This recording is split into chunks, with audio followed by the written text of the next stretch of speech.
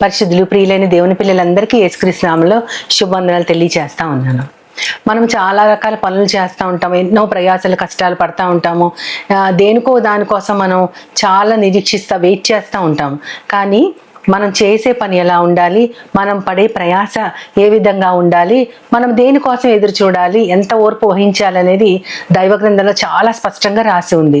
తెసలోనికైలకు రాసినటువంటి మొదటి పత్రిక పౌలు గారు రాసే ఆ పత్రికలో మొట్టమొదటి అధ్యాయంలో 2వ వచనం నుంచి ఆ మాటలు ఉంటాయి. విశ్వాసముతో కూడిన మీ పని అని ఉంటుంది. అంటే మన పని ఏం చేసినా సరే విశ్వాసంతో చేయాలి. రెండవది ప్రేమతో కూడిన మీ ప్రయాస. మనం ఎంతో మంది కోసం కష్టపడతాము, ఎన్నో రకాల పనుల కోసం మనం ఎంతో కష్టపడతాము, ఏదో సాధించాలని కష్టపడతాము. కానీ మనం చేసిన ప్రతి ప్రయాసలో కూడా ప్రేమ ఉండాలని చెప్తున్నారు. ప్రేమతో కూడిన మీ ప్రయాస, యేసుక్రీస్తునందలి నిరీక్షణలో మీ ఓర్పు. అంటే యేసుక్రీస్తులో మీ నిరీక్షణ ఉంది, మీకొక నిరీక్షణ ఉంది కాబట్టి దేవుని మేము చేరుకుంటాము. దానికోసం యేసుక్రీస్తు మమ్మల్ని ముందుగానే రక్షించుకున్నారు కాబట్టి ఈ లోకంలో ఏదేమైనా సరే మేము చాలా ఓర్పుగా ఉంటాము అనేది మనుషుల్లో ఉండాలి. ఈ మూడు కూడా ఎంతో స్పష్టంగా చెప్తా ఉన్నారు.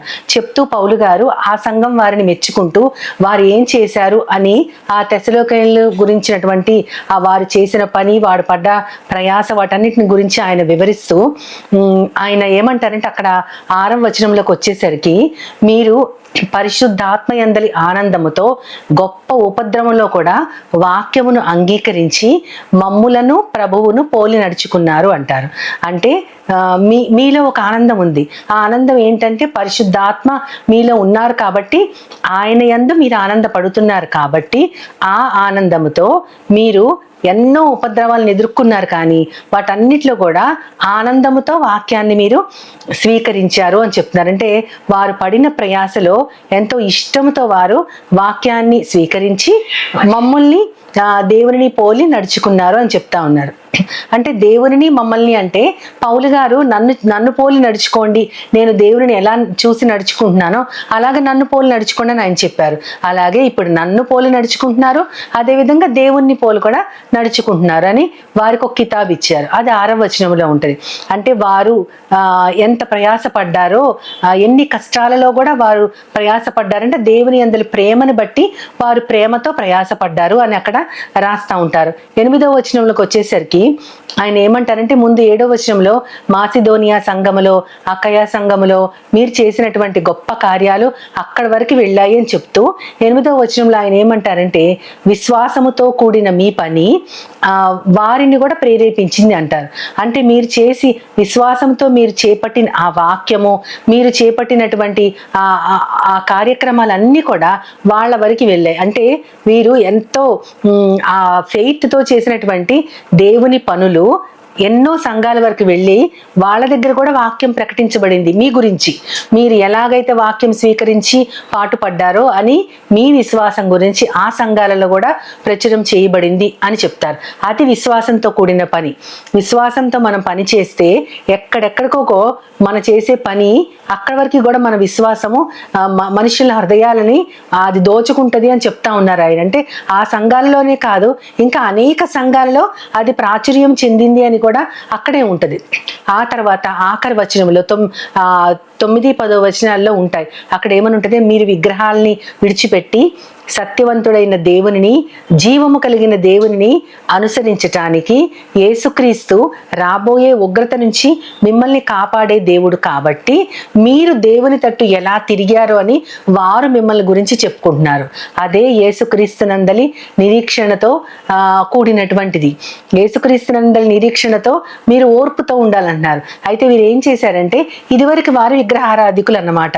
విగ్రహాలు విడిచిపెట్టి మీరు జీవవంతుడు, జీవాన్ని అధిపతి అయిన యేసుక్రీస్తు, సత్యవంతుడైన దేవుని మీరు అనుసరిస్తూ యేసుక్రీస్తు యొక్క వాక్యాన్ని స్వీకరించి రాబోయే కాలములో ఉగ్రత నుంచి మిమ్మల్ని తప్పించే దేవుని వైపుకి మీరు ఎలా తిరిగారో దానిని వారు ఎంతగానో చెప్పుకుంటా ఉన్నారు.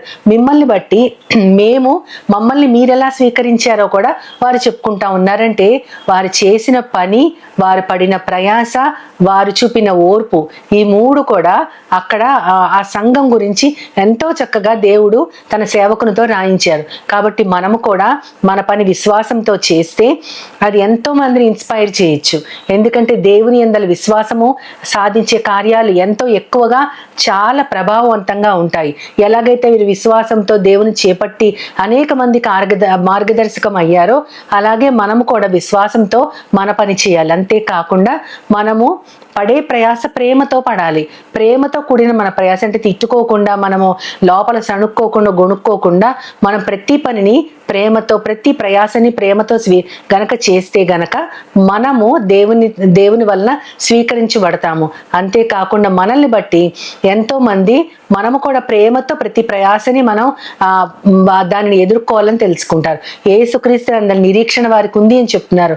దేనికోసం ఉందంటే రాబోయే ఉగ్రతని తప్పించగలవాడు ఆయన. కాబట్టి దేవుని వైపు వీరు తిరిగిన విధానాన్ని ఎంతో మంది ఆశ్చర్యంతో చూస్తా ఉన్నారు. మనము కూడా ఈ లోకంలో ఇప్పుడైతే మనందరం విశ్వాసులం కాబట్టి రాబోయే ఉగ్రత నుంచి మనల్ని తప్పించే యేసుక్రీస్తు వారని మనకు ఖచ్చితంగా తెలుసు. కానీ మనం ఈ లోకంలో ఎన్నో కష్టాలు పడినప్పుడు మనము ఒక్కొక్కసారి దేవుని విడిచిపెట్టేసి ఒక నిరాశలో, నిస్పృహలో కృంగిపోతూ ఉంటాం. మనము అటువంటి పరిస్థితుల్లోనే యేసుక్రీస్తులో నాకొక నిరీక్షణ ఉంది, మనందరికి ఒక నిరీక్షణ ఉంది. ఏంటంటే ఈ లోకములో ఏదేమైనా సరే మనము దేవుని విడిచిపెట్టకుండా ఈ మార్గములో మనము దేవుని అనుసరిస్తూ ఆయనను ఆనుకుంటూ ముందుకు వెళ్తే కనుక ఆయన ఖచ్చితంగా మనల్ని సేద తీర్చే రోజు వస్తుంది. ఆయన రక్షణని మనం అనుభవించే రోజు ఖచ్చితంగా రాబోతుంది అని మనం నిరీక్షిస్తే గనక ఆ నిరీక్షణ ఒక ఓర్పుకి సాదృశ్యం అవుతుంది. కాబట్టి మన పని, మన ప్రయాస, మన ఓర్పు, ఈ మూడు కూడా దేవుడు ఏ రీతిగా ఉండాలో అని విశ్వాసము, ప్రయాస, అంతేకాకుండా నిరీక్షణ, ఈ మూడిటి ద్వారా మిగతా మూడింటిని దేవుడు చూపించారు. కాబట్టి మన ప్రతి పనిలో విశ్వాసము, మన ప్రతి ప్రయాసలో ప్రేమ, అంతేకాకుండా ప్రతి విషయంలో నిరీక్షణతో కూడిన ఓర్పుని మనం ప్రదర్శించాలని మనందరి తరపున దేవుణ్ణి వేడుకుంటూ చిన్న ప్రార్థన చేసుకుందాం.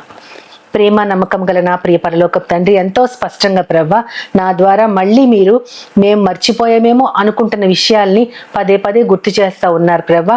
మేము విశ్వాసాన్ని చూపిస్తూ పనిచేస్తూ ఎంత ప్రయాసమైన ప్రేమ కలిగి ఉండాలని, యేసుక్రీస్తులో మాకు ఒక నిరీక్షణ, ఒక హోప్ ఉంది. కాబట్టి ఓర్పుతో ఏ పరిస్థితినైనా సరే ఓర్చుకోగలిగేలాగా మేముంటే అనేక ఆత్మల్ని నీ వైపు నడిపించగల గొప్ప జ్యోతుల్లాగా ఉంటామని, మమ్మల్ని ఆ విధానంలో ప్రేరేపించమని, స్థిరపరచమని, నన్ను మమ్మల్ని అందరినీ నీ చేతులకు అప్పగించుకుంటూ నీ ప్రియకుమారుడు నా ప్రియ ప్రభువైన యేసుక్రీస్తు వారి ద్వారా కోరి ప్రార్థిస్తున్నాను పరమ తండ్రి.